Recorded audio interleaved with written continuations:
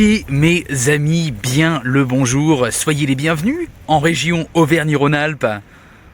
Ah, l'Auvergne-Rhône-Alpes, la force des Alpes, la puissance du Rhône, la chaleur endormie des volcans. Et pour ce premier pas dans cette nouvelle région, c'est à la ville-préfecture de l'Allier que nous nous affairons. Alors, comme beaucoup d'autres villes, notre ville du jour s'est vue fondée à l'époque médiévale au bord d'un cours d'eau, ici la rivière de l'Allier, qui donnera par ailleurs son nom au département.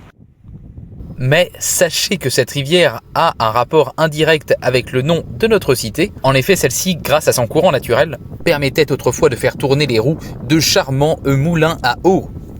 Et voici, et voilà l'origine du nom de notre ville. Bienvenue à Moulins, les amis!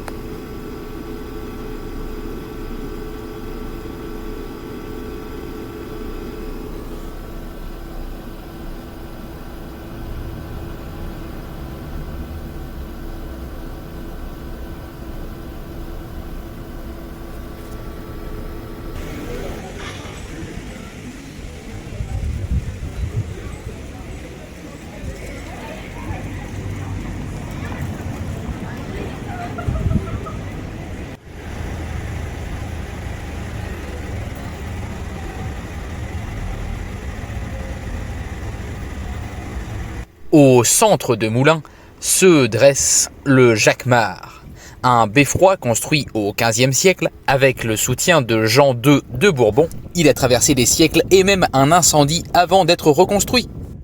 Sa particularité ? 4 fabuleux automates en bois, chacun ayant sa mission. Jacquemart et Jacquette, les parents, sonnent les heures, tandis que Jacqueline et Jacqueline, les enfants,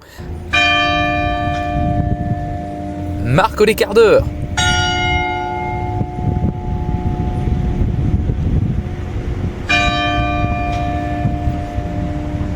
Ouais, alors comme ça ici on fait bosser les enfants 4 fois plus que les parents. C'est du joli. Symbole emblématique de la ville, la tour rythme la vie des habitants depuis des siècles et offre à ceux qui ont la chance d'y monter un panorama exceptionnel sur la ville.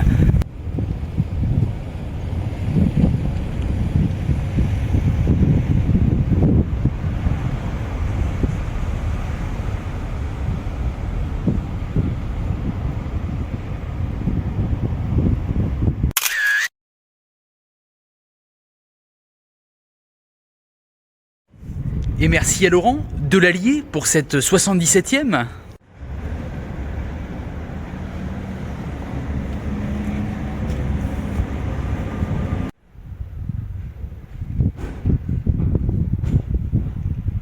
Alors ici, du XIV au XVIe siècle, on se situait sur le fief des Bourbonnais. Moulins était la capitale de cette dynastie qui finira par monter sur le trône du royaume de France. Vous savez, ces rois allant d'Henri IV à Louis XVI en passant par le rayonnant Louis XIV. Ah, y a pas à dire, cette famille a véritablement marqué l'histoire de notre pays. Alors, assez logiquement, ils avaient fait dresser ici leur château. Bon, au jour d'aujourd'hui, voici ce qu'il en reste. Et parmi quelques autres vestiges, on peut notamment relever la présence de cette fameuse tour dite de la Malcoiffée. Et juste en face, qu'avons-nous ?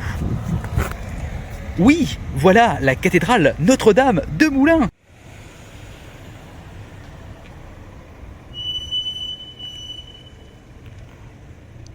Ah, on a là un joyau de l'architecture gothique flamboyante, symbole de foi et de tradition. La cathédrale a traversé les siècles tout en conservant sa majesté. Elle est célèbre pour ses vitraux et ses œuvres d'art sacrées, avec plus particulièrement son triptyque du maître de moulin.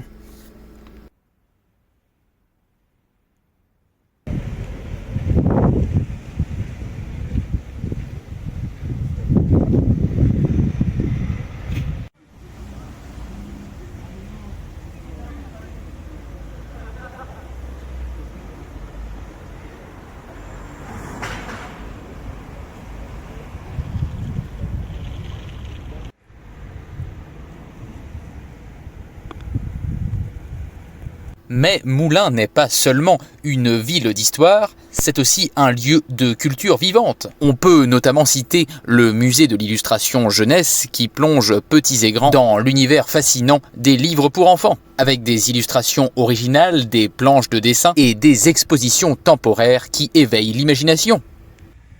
Et puis, dans un autre registre, nous pouvons également retrouver le Centre national du costume de scène, qui met en lumière l'art du théâtre et du spectacle vivant, en exposant costumes, accessoires et créations de grands artistes. Bref, ces différents lieux montrent que Moulins s'est très bien mêlé patrimoine et création contemporaine, offrant aux visiteurs une expérience riche et diversifiée. Et voilà, ainsi s'achève cet épisode numéro 96. Moulins, une ville belle et tranquille. Et puis c'est vrai que là, avec la rentrée là, qui a eu lieu hier, eh bien c'est vrai qu'on sent, on sent vraiment quelque chose dans l'air de beaucoup plus calme.